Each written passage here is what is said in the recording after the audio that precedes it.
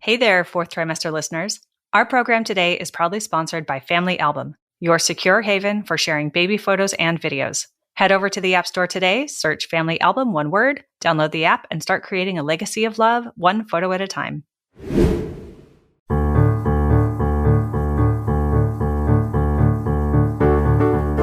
Hi, I'm Sarah Trott, and welcome to the Fourth Trimester Podcast. I'm a new mama, and this podcast is all about postpartum care for the first few months following birth, the time period also known as the fourth trimester. My postpartum doula, Esther Gallagher, is my co-host. She's a mother, grandmother, perinatal educator, birth and postpartum care provider. Fourth trimester care, our topic, is about the practical, emotional, and social support parents and baby require. And importantly, it helps set the tone for the continuing journey of parenting.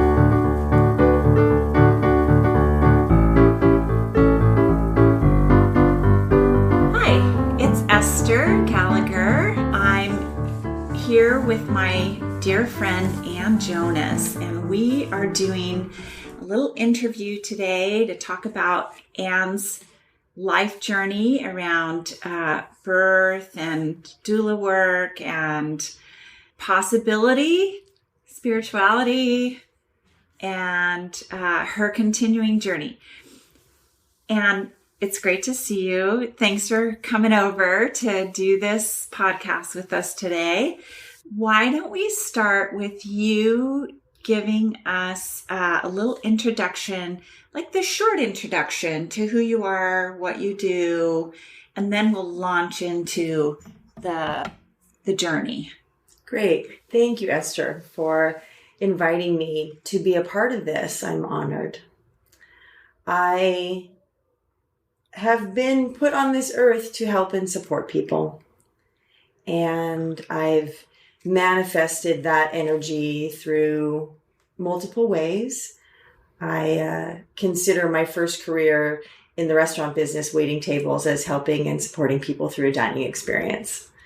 And that moved as I journeyed through my 20s into a beginning career in bodywork and massage therapy that evolved into doing energy work. And from there, I was led to doula work. When I had a pregnant client, I took a prenatal massage class. And I was very interested in actually stepping back in college when I found out about midwifery. I was doing a research paper. When you can research anything that possibly exists, I decided to research witches and found that there were books. There was information. It was brilliant. Kind of a surprise too, right? Kind of, yeah. Like we're thinking well, this was pre-Harry Potter days, but, Sleeping Beauty. So the idea that witches in many respects were midwives and people that worked with nature and earth and creation and energy. And I was very attracted to that concept and yet not willing to step into that type of work, but also informed me as to a whole new belief system and approach to the birth experience. Whereas prior to that, I only knew of, go to a hospital, have a baby. So that led me then, like I said, to this prenatal massage class where I found out about doula work, which was a wonderful way to see myself doing birth work without the responsibility and the extensive training of becoming a midwife. At the time, I was, like I said, in the restaurant business, so wasn't quite in a lifestyle per se to accommodate being on call. Right. So I just said, this looks great. I'm going to put this on the proverbial shelf.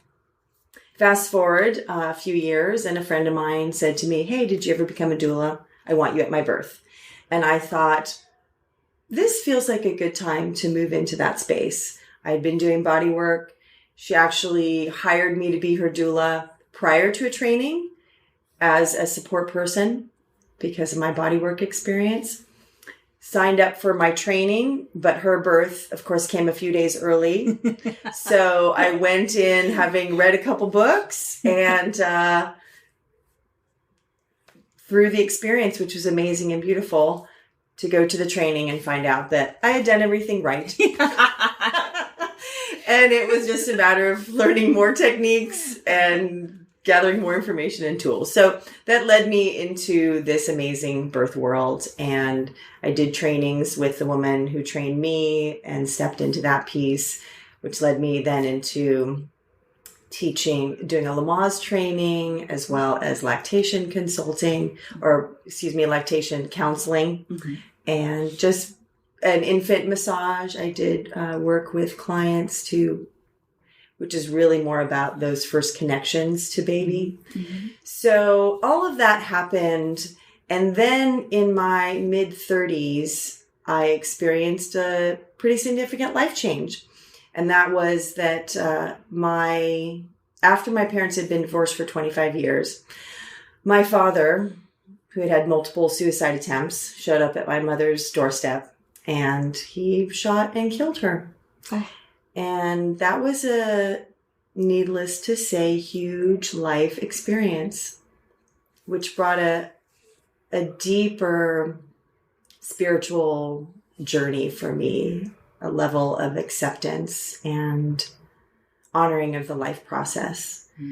So from there, in my career, I had left the restaurant business at this point. I was doing doula and body work and moved through this journey in a way that maybe surprised a lot of people. There was this understanding of, well, what's the grief process like? And you go through these steps. And there was this curiosity as to why I wasn't feeling things in certain orders. And maybe even some judgment of being in denial because I was in acceptance. And that's there's a fine line between denial and acceptance, which I could just fast forward for a second into the birth experience. Sure. Yeah. Right. The experience that we have, that the information that we put onto our understanding of our birth or birth in general. Yeah. So that, in a lot of ways, has been a foundation for my growth, my emotional and spiritual growth. And my father went to jail. He died in jail a year and a half after my mother had died. And so that was a place to just move forward without parents and continue my life. And then I met my partner a couple years later. She and I immediately knew that we were meant to be a couple and start a family. And a month before our wedding, she was diagnosed with melanoma. So we began a journey of healing work, surgery it was a medical experience initially. Then when she was in a remission place, we began the journey of starting our family with me getting pregnant. And the gift of her brother, also identified as gay, as our donor. So my daughter's uncle is her daddy. And it often feels that way anyway. Right? Anyway, yeah. Uncle Daddy. Yes. Uncle Daddy. So when Jordan was a little over 2, Erica passed away after a 4-year journey. When Jordan was actually 9 months old was when the cancer, she came out of remission. So 18 months of different treatments. And so I became a single mom with a 2-year-old. And not by choice. Yeah. Wow. So, yeah. Pretty, I was thinking about what you said earlier about the difference between acceptance and denial. And thinking about how if you actually talk to psychologists, they'll tell you that denial is not a bad thing. Like there's a certain resiliency in denial, but it makes me think that perhaps there's a kind of acceptance that's happening with people who are resilient, right? Like, I mean, you are the epitome of resilience, clearly. But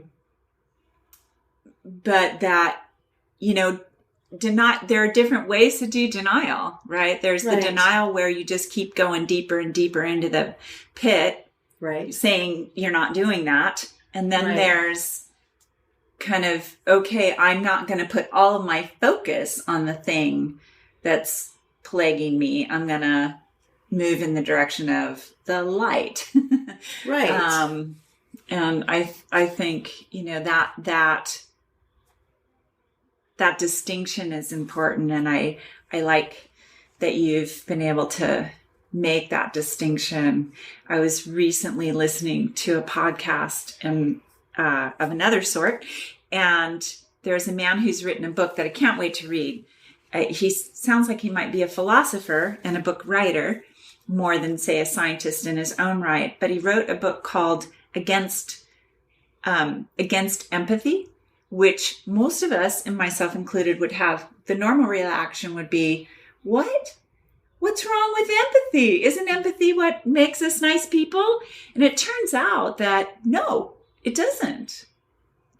It makes us punitive. It makes us angry. It's when we're relating to how someone is feeling and we don't like those feelings, the tendency is then to behave in a way as to try to annihilate all of that.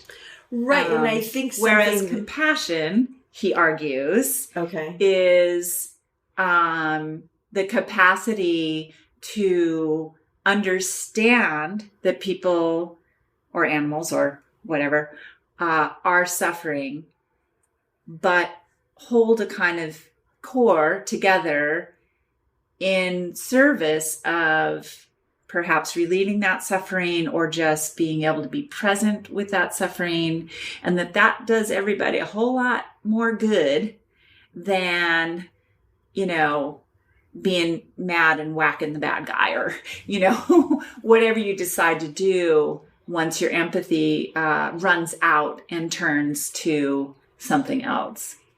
Well, it's interesting, as I was about to interject, and I'm happy you completed your thought, because what I was going to suggest is that empathy with boundaries is a beautiful combination. Yeah. And I believe that that's where you get compassion. Yeah. Because how you can develop it. Right. Because there's a place of honoring another's journey and knowing it doesn't have to completely affect you. And I believe that's where when people are empathic and really feel what someone else is going through, that's where that anger develops from, versus being able to separate and recognize that this is their journey and this is my journey. Mm-hmm. And that's a beautiful piece I want to step into, because I believe this is what informs a core of my spiritual practice, in that I'm here to do the work of my life. Yeah. And I was born as a white Jewish girl in the 20th century in California. Yeah.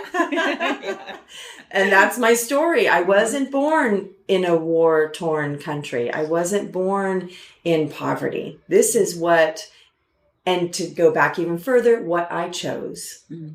This is the spiritual path, and this was the human life construct that serves my spiritual path. So for me to feel bad for someone who had it worse, or feel jealousy for someone who has it better, what I'll look back and go is, well, you chose this. Yeah, right. And what are you going to do with this life now? Mm-hmm. Yeah. So that's where I see that the boundaries and the empathy and the compassion for a whole planet of beings that are here to experience this life. Yeah. Yeah. I mean, how can we be doulas or people who serve out in whatever capacity if we can't get past our dad shooting our beloved mother. Not past in the sense of like it never happened. Right. But past that initial shock, that initial grief, that initial, all of the things that we might be feeling, and move along in this journey that includes that. Right. Well, and I know that this is a difficult concept for many, many people. And what I'm going to say is that a couple things. One, I am grateful for the experiences that have shown up in my life because of what they've taught me and how I've moved through them, and how as I stand in this place now, and I am 11 years past my mother's death and almost 3.5 years past my partner's passing. So these didn't just happen yesterday, but even so, in the moment, I was in a place of recognizing that this and these stories serve me, and that life happens for you and not to you. Mm-hmm. And that, again, really serves that purpose of why we're here. Mm-hmm. And so I really do believe as well that the journey with my mother and that whole experience and my father and my childhood supported me to be able to hold that space with my partner and her family and our communities. Yeah. And to be the mother that I am. Mm-hmm. And then stepped me into the next place. My doula work, as much as I love doing it, and attended almost 200 births and had my own amazing birth 6 years ago yesterday at home. It was incredible. To realizing what the next step was for me. Mm-hmm. And that was to do coaching. And so I did a training to become a life coach, and for a year now have been building that practice. And something that I've identified in my work is I see myself as a pivot person. Oh, say more about that. So that, we have life trajectory. There's life in front of us, life to the side of us, life behind us. The thing is that we have a larger windshield in our car than a rear view mirror. And so there's a reason for that. We do want to be looking forward, but we want a little bit in this, and we want to look to the side, and we have blind spots. So the car is an interesting metaphor for what, life is and how we see it. So, but sometimes you need to make a quick turn. Oh, yeah. I'm a bicyclist. You know that. I know that. I'm trying to figure out how to map this onto bicycling. I think it'll work just fine. You have little mirrors, right? And you have them on your helmet? Or I don't actually. I have to actually pivot my head. Right. Yeah. But there is an element but you understand the concept. Yes. Mm-hmm. So, so in life, when things come at us, we have choice. Mm-hmm. I know it doesn't feel that way for a lot of circumstances. Mm-hmm. And, that kind of goes back to that denial piece because of what it might look like in a choice of, I just can't get out of bed. Mm-hmm. And it doesn't feel like a choice. Right. Mm-hmm. And the thing is, experiencing all of the emotions and the energies and the possibilities is part of the whole package. And knowing when is the time to act. Mm-hmm. And so one might say, well, I missed my opportunity. Maybe it just was disguised as an opportunity. And there's another one coming, quote unquote, the right one. Yeah. So, I don't want to turn this into like, is it destiny or free will? I'm not going to go that deep, sure, but there's definitely a place of acknowledging what what we're here to do and what shows up in our life to support our inner landscape and our inner growth. So talk a little more. I'm curious about maybe some specifics of how it works to be a pivot person, right? Let's say I come to you and I say, I feel really stuck. I feel like it's time for me to change the way I do things. Here's how I do things, long story. But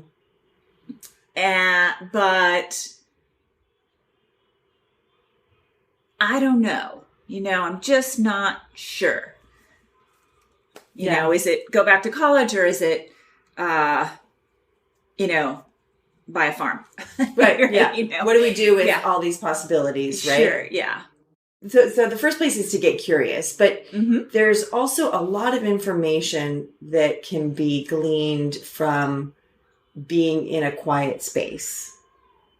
And, whether or not it's a structured meditation or guided visualization, but sometimes to just find a place where we can create a platform to sort of clean the energy. So my first step in doing work is to set the tone and then to get curious and see what shows up and track. One of the pieces of coaching work is listening. That's a huge piece. But there's different levels of listening. There's the traditional just listening with your ears. And oftentimes that listening can be also tracking in your head, like what you're going to say next and what's coming and how to answer, how to respond, how to interject. I got a great story. But, there's a good active listening. And then there's a level of listening that also is about body language. And, that listening that's not coming so much from the words, but the tone. And then there's the third level of listening is global. So what's really also in the room? And what is the energy that is showing up? And so that's a great place to get to. It's not as easy to do for yourself as it is to do when you're actively connecting with another person, but to hear maybe some internal excitement, to hear maybe some internal pain, and to just then track those and follow along and continuing to just ask questions. So it would be, what inspires you most about going back to school? And then just waiting. Yeah. It sounds like a form of witnessing. The work that you're doing is it's not completely passive witnessing, right? You're asking questions, you're making possibilities available in a sense, but then you're witnessing how the response comes.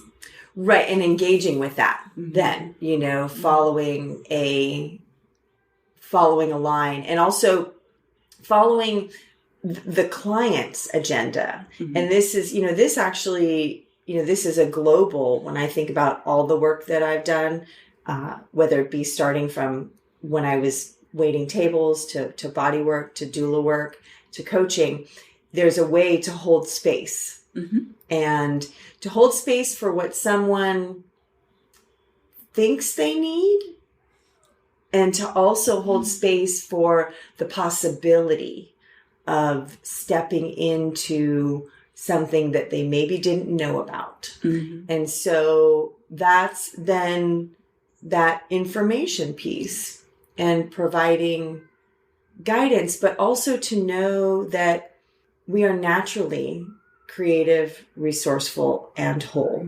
Yeah. And so therapy, all of us, whether or not we know it. Right. And therapy is very valuable. And, there's a difference between therapy and coaching, and therapy's in a lot of ways is looking back and asking why, whereas coaching is looking forward and asking how and what. So, and we, we're all here needing support and accountability. That's just part of the human condition. We are social creatures. Yeah. And some people more than others.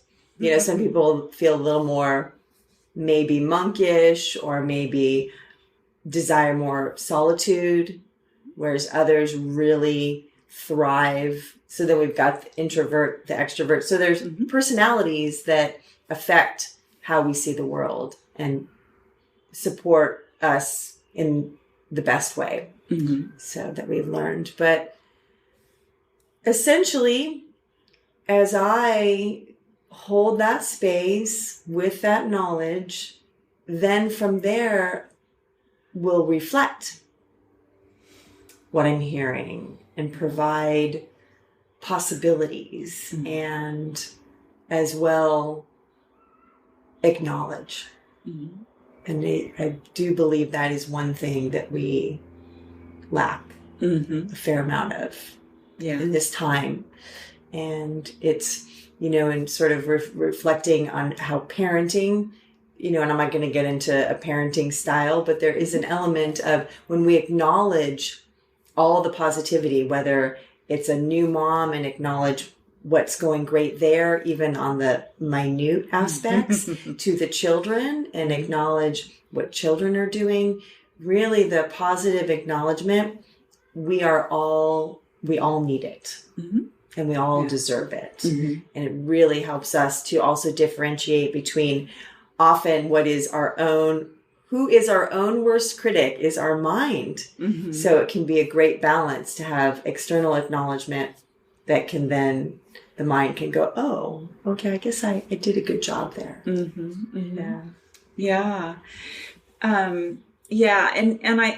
It seems to me that there's a thread through so much of the work that I'm interested in and that my colleagues involve themselves in.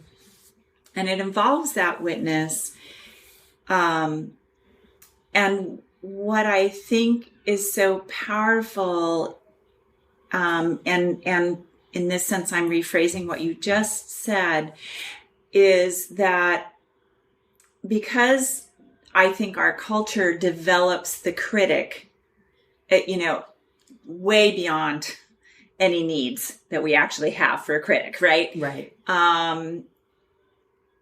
I think being the witness for somebody and bringing in observations that aren't informed by a critic, they're non-judgmental, they're meant to help provide resource and all of that, that's, being in the presence of somebody who can do that with and for us gives us the inkling of something we can develop in ourselves eventually, right? Absolutely. And that we really need. Definitely. And I think so often our inner witness is literally obliterated by the critic. And it's not to say that having the capacity to think critically, meaning, okay, I'm going to analyze this situation or what I did or how I think about this. They're different. It's different, right? The critic just jumps right in front and says, you're fucked. Yeah. You're just a jerk. It's kind of like, we've had a little empathy for ourselves. Oh, I don't feel good. And then it's like we run out of that and we're like, you're screwed. Instead of backing into, I'm noticing you don't feel so great about what just happened. But how about this? Rather than tearing yourself down. Right. You hold yourself together and think about where you'd like to get to. Right. And it is in some respects about what container are you filling in your consciousness? the inner critic, one of the languages we use is a saboteur, to sabotage. And the truth is that, the movie Inside Out is beautiful. Like, Joy realizes that she needs sadness. Yeah. I cried out loud. Yes. Right. Because I was like, yes, we need to all work together. Yeah. So, but, fear, from joy to sadness, fear is the next personality that shows up in that movie. Yeah. Because as this toddler is running around, things start getting in the way. So, and that's a lot of where the saboteur comes from. Mm-hmm. Mm-hmm. Because there are things that we need protection from. Even into our adulthood. But most of this is our children, our childhood, maybe things related to family. There's, we have so many stories out there of not feeling safe, not feeling well parented, and not having any of the language to even know that. Mm-hmm. So then we come into adulthood with a skill set that's still based in childhood. Right. Yeah. And so that inner critic is like, yeah, you're screwed because you don't have any tools to deal with this. Yeah. And right? She's like, And so then you sit there with that. And that's, in particular, our modern Western world, but think of all the things that we use in this world to stop those voices. Yes. I mean, and there are some good ones, maybe like working out, right? Okay, that's a good one. But if you work out like 5 hours a day, that's not really, we're looking at like a blockage here. We're looking at a cover up. Yeah. So, maybe there are some that are better than others, but this, and of course we have, everything in moderation. So it's all a matter of, and this isn't about judgment. It's just about self-awareness. Right.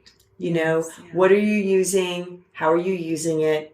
And what's happening before and what's happening after. Yeah. And is this a resource or a distraction? Right? Yeah. Is this something that helps us move in that direction of the thing that we would like to be experienced? Or is it the thing that we detour on because it's pleasurable? Right. But doesn't move us in any direction necessarily at all, perhaps even backwards sometimes. Yeah. And it is just about, again, we can choose to be an active participant in our life. We can choose to be a witness. We can choose to totally check out. And there is no judgment. It's just, how do you want to show up in this lifetime? Yeah. And what are the tools that are going to support you best to do that? Mm-hmm. And it is an inner journey for sure. But again, stepping back into this place of, we're not like reptiles that are born in an egg that we may not ever see our parents. Right. Okay. So, I mean, yes, there are stories out there about adoption and, things. I'm not going to go into that realm. Sure, and, of course, again, I do believe that serves a purpose as well, mm-hmm. for someone to work through that piece of abandonment or whatever might be going on there. But we are born generally into a structure with at least one, if not two, or a family of beings that are there to hold us and nurture us. So how we define our life through that structure is, again, part of the inner soul journey. But we are all here to just be learning. Mm-hmm. This is school. Yeah. Life school. Earth school, life school. Hey, fellow parents, can we take a moment to reflect on the joyous chaos that is parenthood? Those days when our hearts swell with love at the sight of our little ones and we're bursting at the seams to share every adorable moment with the world. But let's be real. Some things are better kept in the family, and your loved ones who matter the most aren't always close by, and they might not be that tech savvy either. So how can you easily share your baby's beautiful growth with loved ones while keeping your precious memories secure? I remember the frustration of trying to use some of the big tech photo solutions, only to find they fell short of what I needed. That's when I stumbled upon something truly remarkable, the Family Album App. The Family Album App was created to give parents a secure and easy way to share photos and videos with loved ones. It's an orderly and totally secure haven for your family's personal memories. I love that there's no third-party ads, no unwanted eyes, unlimited storage, and that it's totally free. So to all the parents who are out there still trying to use other messaging apps for your kids' photos, It's time to level up your family photo game with a free photo sharing app. Head over to the App Store today, search Family Album, one word, download the app, and start creating a legacy of love one photo at a time. Now, do you mind if we talk a little bit more about being a parent, a queer parent, and what that's meant for you in terms of community and resource? Yeah, for sure. So it's interesting for me, just like how I identify as queer.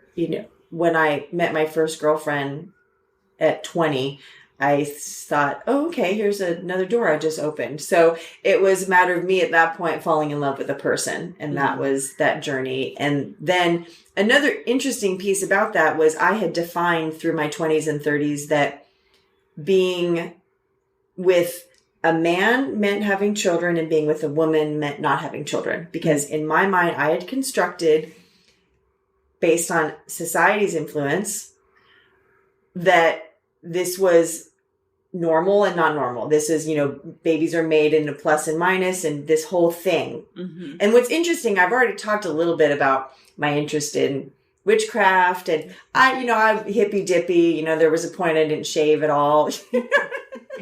I've gotten past that point.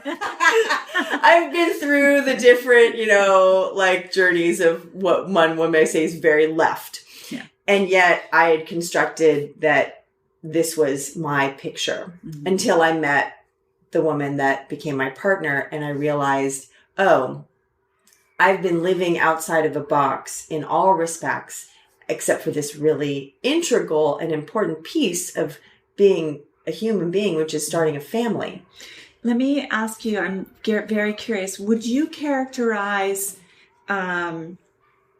you were using hand gestures over here to your left for, kind of a heterosexual baby making unit, and then over here to your right, where love and attraction maybe lived more. So I'm curious if you would characterize the parenting piece of all that as a feeling of what was available or not available. Would you say that? Like, if I'm going to have children, the way that will be available to me is in a heterosexual relationship. Do you know what I do. Yeah. And, interesting. Some things have developed for me throughout this journey that created some clarity on that. Mm-hmm. What I realized later, and I didn't recognize this then, was I wanted, and talk about love, I wanted love to create a baby. Mm-hmm. Yes. And I didn't see that happening with two women. I mean, I did in the sense of the spiritual baby, but not the physical baby. Mm-hmm. And I got really stuck on that. Yeah. So that was when I stepped out of okay, it doesn't have to be in this particular box of a heterosexual unit to create it. I love this person. We are clearly meant to be together. It was a past life thing. I mean, it was, we were brought together. I had done some writing to manifest my partner. She was the one. That's a long story, but the point is, clearly this was the person that I was going to have a family with. Mm-hmm. So the beauty, like I said, of her brother being our donor, I love him. Mm. We did not make a baby physically together, but I'm grateful that this is how my story showed up for me. Mm-hmm. Now, I know there are many women that choose this path on their own. There are many couples that don't, lesbian couples and gay men that don't have a family member to introduce genetics and DNA, basically that's what we're talking about, right? Mm-hmm. So that was just my story. And I'm very grateful for how clear I was, because it really did inform, I believe, the path. It's almost like a kind of knowing, right? Like, yes, this is how a baby will come into my purview, and it will include these things, these elements, right? That just in a different sort of architecture than we think of in the US of A as kind of typical. Going back to whatever the norm is. Right. Yeah. And we have that term heteronormative, which of course isn't even normative for heteros. Right. I mean, honestly, heteros get babies all kinds of ways too. Totally. Yeah. Not just one way. Yeah. And I mean, there are plenty of, hetero couples where, they need donated sperm or even donated eggs. So, sometimes or possibly surrogates. Wombs. Yeah. Wombs. Possibly. Exactly. Yeah. Surrogacy. So there's and this is the thing that, this was my journey and everyone's going to have their own journey. But for me, I'm grateful that I have this whole perspective on what was important to me and how it manifested. And I think that is probably the key piece. Yeah.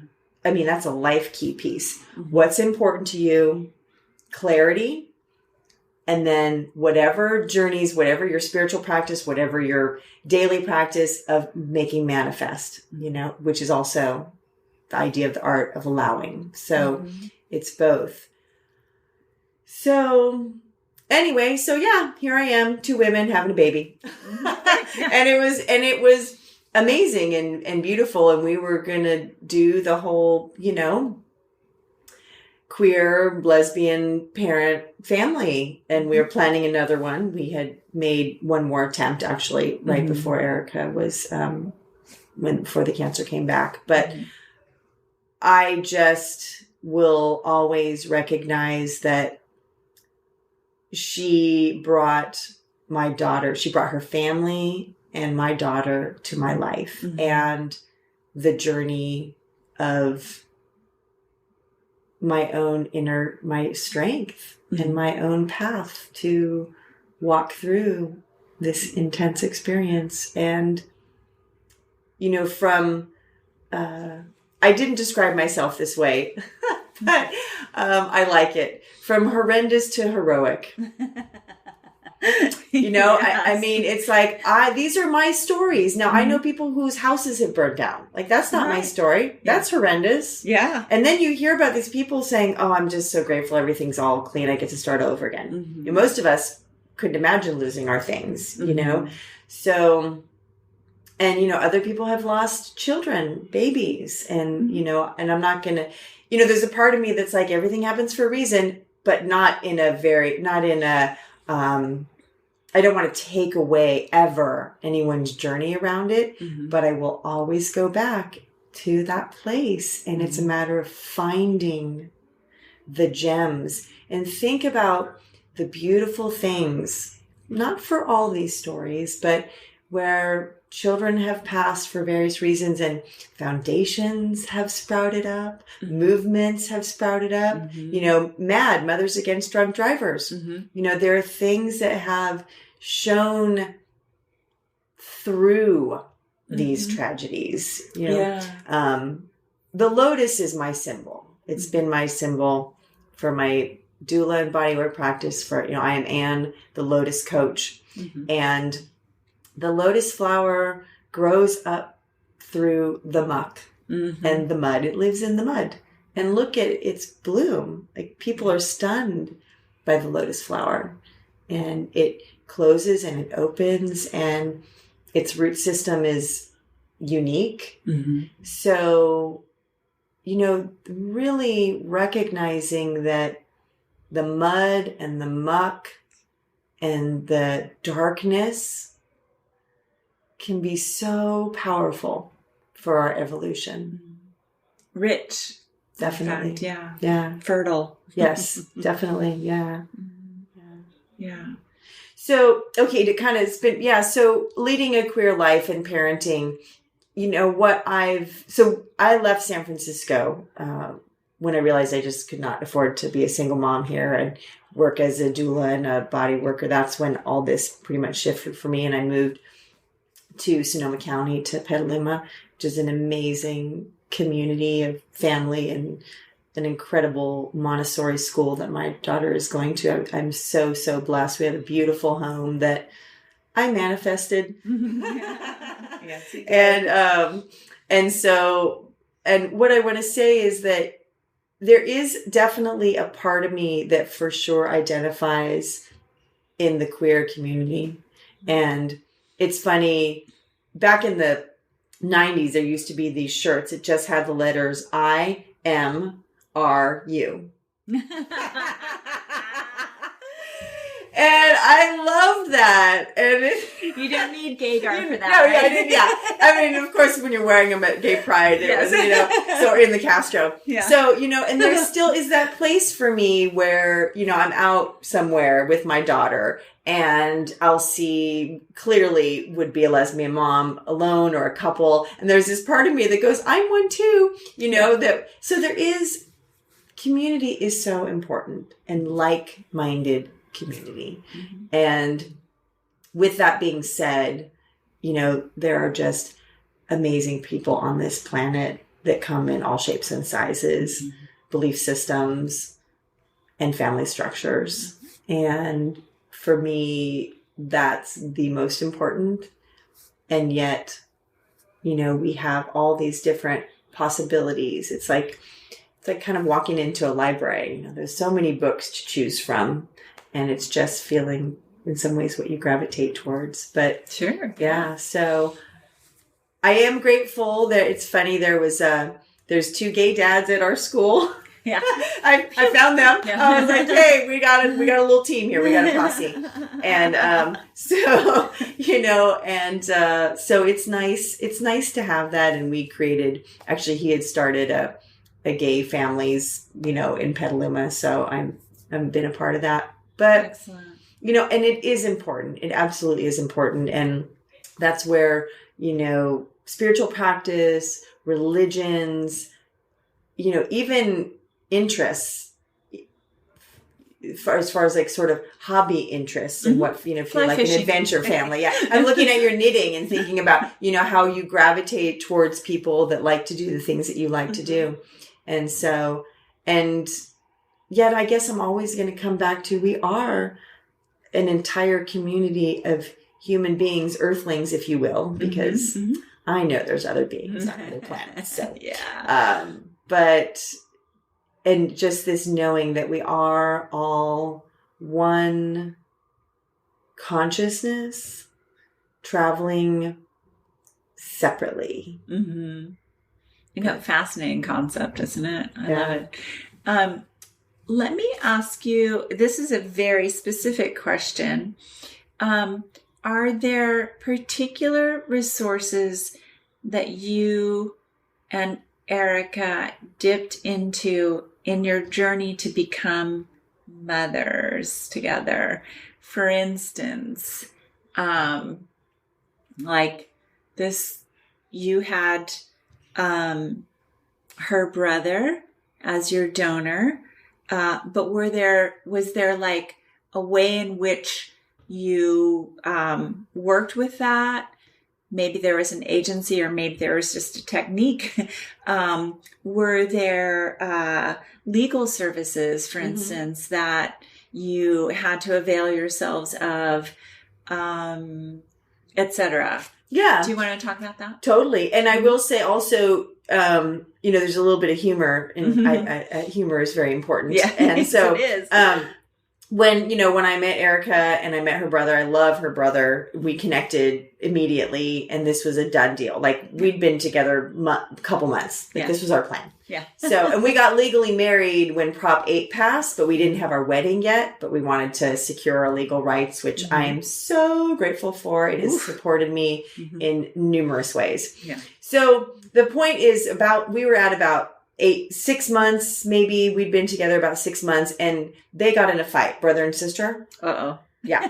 And so brother says, I'm not doing this for you. Oh. Now, the irony is that he came to me and said, if you were not dating my sister, I'd do this for you. That's hilarious. My brother-in-law. Oh my exactly. God, that is very funny. Yeah. So love him to death. And that's kind of the drama of it all. Yes. So fast forward, cancer, wedding, cancer. Okay. And now we're back in. So this is like a year later or so. Mm-hmm. So we did not approach him at this point. We just went down the path of a bank. So we got online, we researched banks, we researched local banks, we did, we thought about, there's LA, there's across the country. So we started first with the resource of the internet, and we had a vision in mind. We wanted somebody that looked like her brother. So that was where we were going.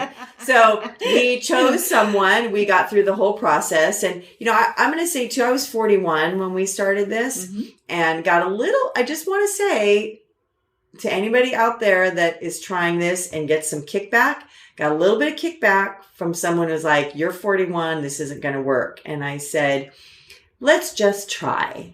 And I did. I gave myself 6 months. I'm like, okay, because it was at that point in my mind, there's a pretty penny that's attached to each trial. So I thought, and this is just buying, sperm. This isn't like IUI. This is just getting the actual specimens. So I was like, okay, 6 months. Well, let's just go from there. So anyway, the point is 1 month tried, it didn't take. And then I don't actually remember or even know when the conversation happened, but it was noted to Aaron that we were trying, and he said he wanted to do it.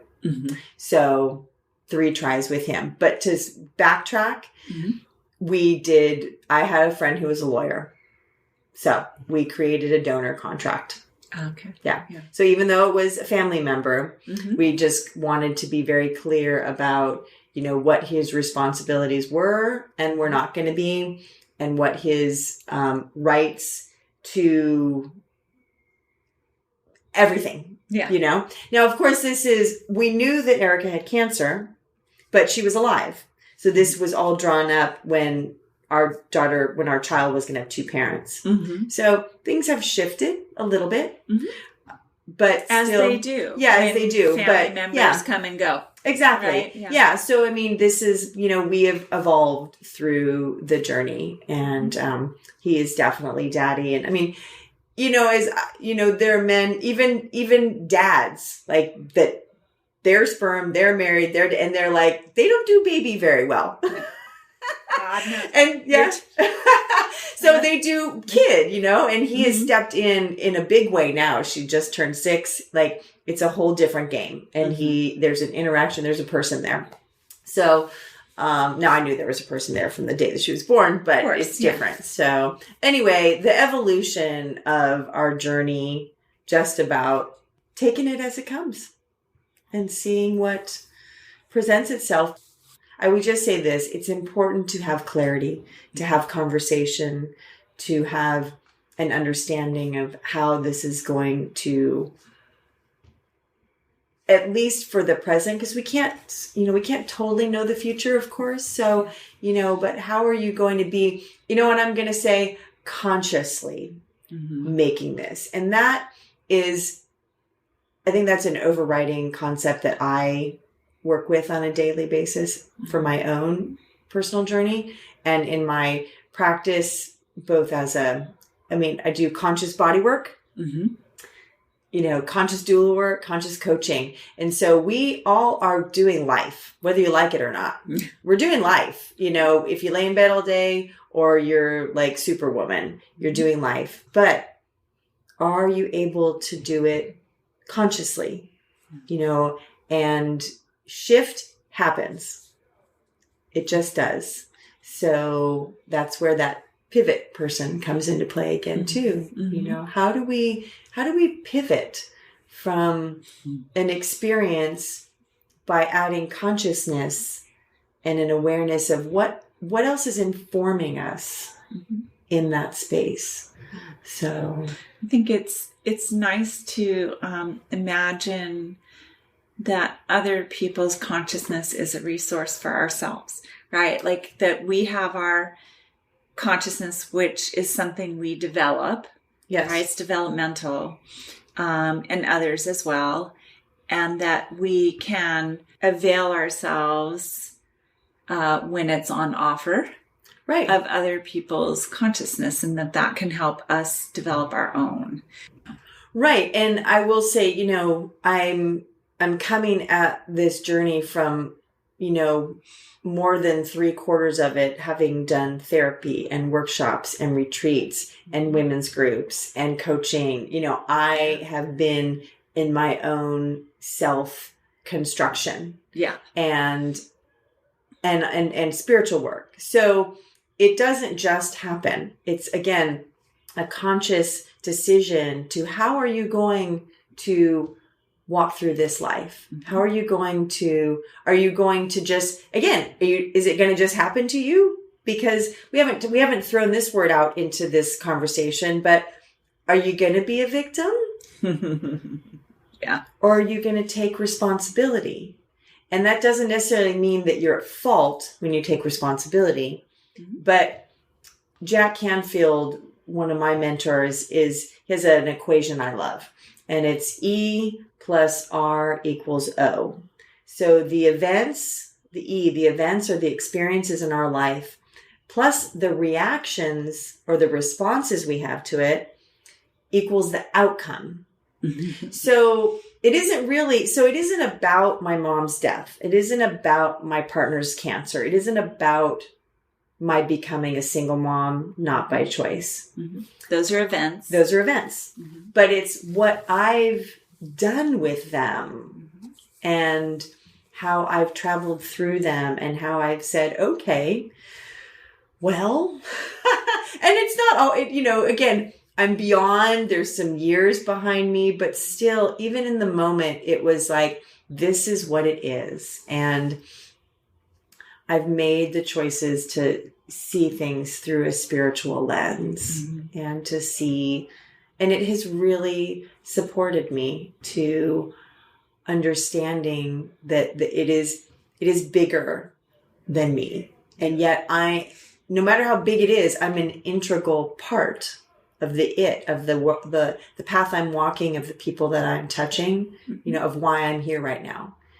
Really, the more that we all can just, again, take responsibility for how we show up and how we interact with everybody, with our partners, with our children, with our coworkers, and most importantly, with ourselves. Yeah. With that mind piece. So, yeah. And thanks so much for coming today and having this lovely conversation. It's just been delightful. Well, it's been my pleasure to explore and share and create amazing conversation about how we can be the best versions of ourselves. Yay! And why don't you just let us know if anyone's interested in contacting you, what's the best way to do that? Miss Lotus at Comcast.net, MISSLOTUS. You can find out more about Esther Gallagher on esthergallagher.com. You can also subscribe to this podcast in order to hear more from us. Thank you for listening, everyone, and I hope you'll join us next time on the Fourth Trimester. The theme music on this podcast was created by Sean Trott. Hear more at soundcloud.com/Sean Trott. Special thanks to my true loves, my husband Ben, daughter Penelope, and baby girl Evelyn. Don't forget to share the Fourth Trimester Podcast with any new and expecting parents. I'm Sarah Trott. Goodbye for now. Hello again, bicycle man. I know you're doing all that you can. I wrote the song, simple and true. I wrote the song, I'll sing a song for you.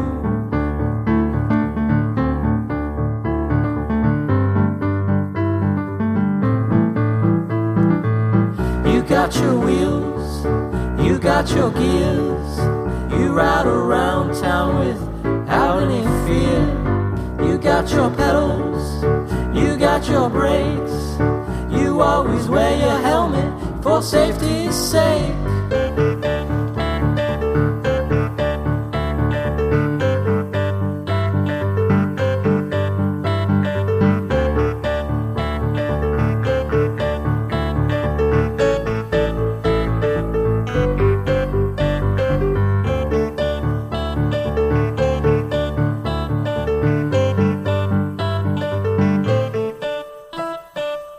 Hello again, bicycle man. I know you're doing all that you can.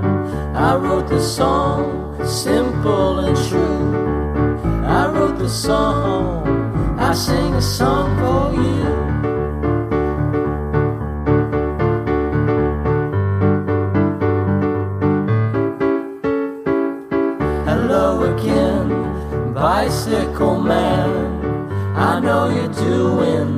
best that she can. I wrote the song, simple and true.